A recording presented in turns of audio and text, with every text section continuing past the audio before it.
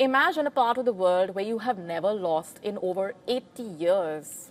An election which the Labour headed into as a hot favourite, ending in a huge embarrassment for the UK Prime Minister, to say the least.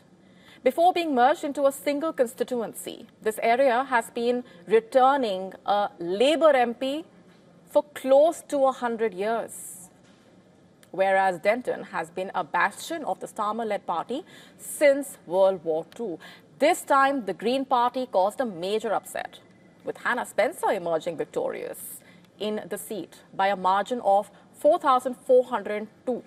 In fact, the 34-year-old newly elected MP has been under the spotlight for her humble origins as a plumber. At her victory celebrations, the Green Party leader dubbed it a seismic win. This is also the first time in history that the Greens have won a parliamentary bypoll.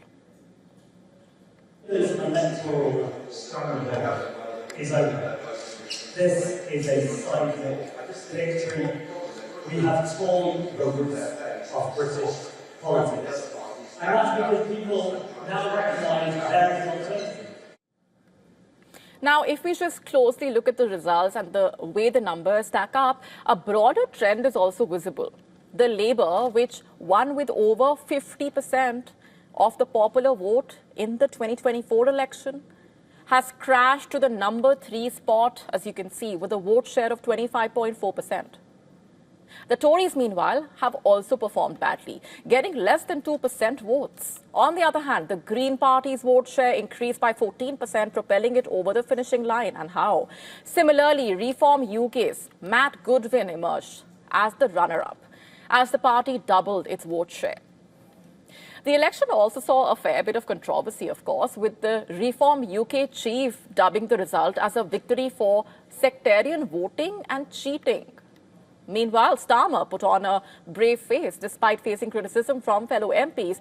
He stressed that he will be fighting against extreme groups in politics, which he claimed wanted to tear the country apart. So that fight will go on, he says.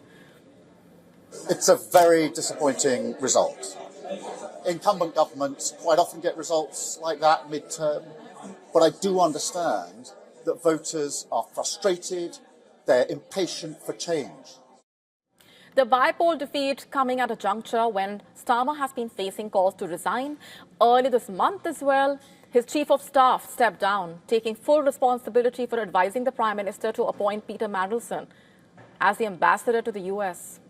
And this came after emails released by the US Department of Justice put the spotlight on the deep association between Mandelson and the convicted sex offender Jeffrey Epstein.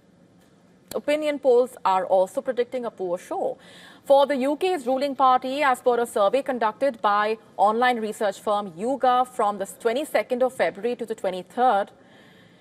Labour and the Conservative Party have the same amount of public support.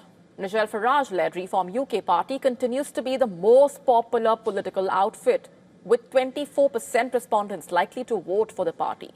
And among other parties, 17% of respondents backed the Green Party.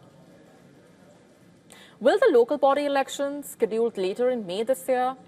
It's apparent that Starmer is facing one of the toughest tests yet of his political career.